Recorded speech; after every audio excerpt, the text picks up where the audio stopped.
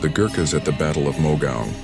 In 1944, deep in the Burmese jungle during World War II, the British 14th Army was trying to push the Japanese out of northern Burma.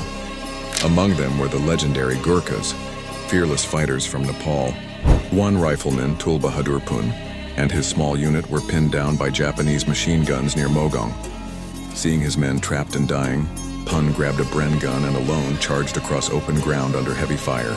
He killed enemy gunners, captured enemy positions single-handedly, and cleared the path for his comrades to advance.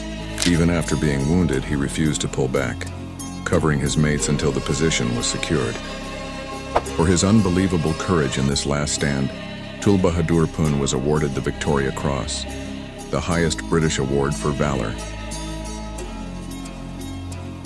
The Gurkha knife that terrified armies. In the dark jungles of Burma during World War II, the fearless Gurkhas became legends for fighting with their iconic curved knives, the kukri. One story tells of a lone Gurkha scout who crawled behind enemy lines at night. Armed only with his kukri and unmatched courage, he slipped into a Japanese camp, cut phone lines, destroyed supply crates, and returned before dawn, all without firing a shot.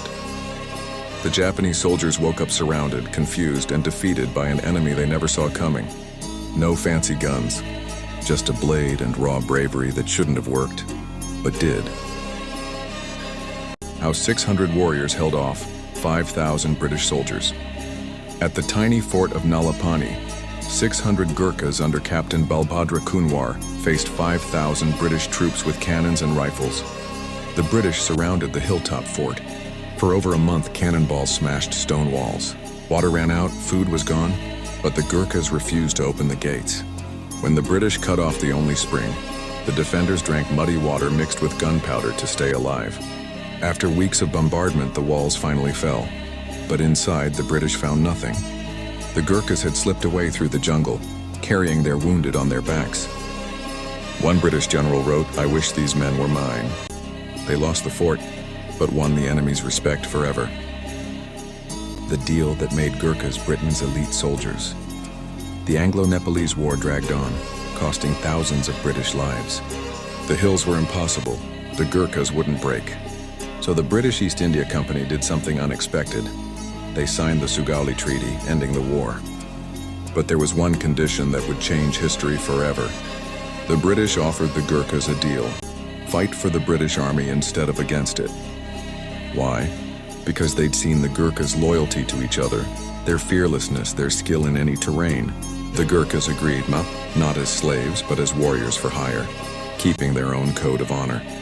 From that day on, they marched beside redcoats, from Indian frontiers to European trenches. Enemies on paper, brothers in battle. The Gurkhas arrive in Europe. 1914, Gurkhas land in France. When World War I broke out, Britain didn't just send soldiers from London. They called on their fiercest fighters from Nepal, the Gurkhas. Tens of thousands crossed oceans to fight in muddy French trenches, so far from their mountain homes that they called Europe the cold hell. German soldiers thought they'd face regular Brits, but when the Gurkhas charged with kukuris, everything changed. Charge at Gallipoli, Gurkhas at Gallipoli, a blade and a prayer. In Gallipoli's nightmare cliffs, Gurkhas charged Ottoman trenches under machine gun fire. When rifles jammed in the sand, they fought hand-to-hand with kukuris. One commander said, "If you hear a war cry at night, pray it's not them." In the pitch black, the Gurkhas turned hopeless battles into desperate victories, blade by blade. Many never came home, but their charge at Gallipoli made them legends in 3 continents. How the Gurkhas fought in the trenches.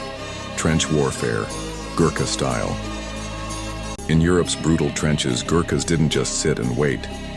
They crawled under barbed wire at night, kukuri blades clenched in their teeth. When they raided enemy trenches, German sentries disappeared before they could shout.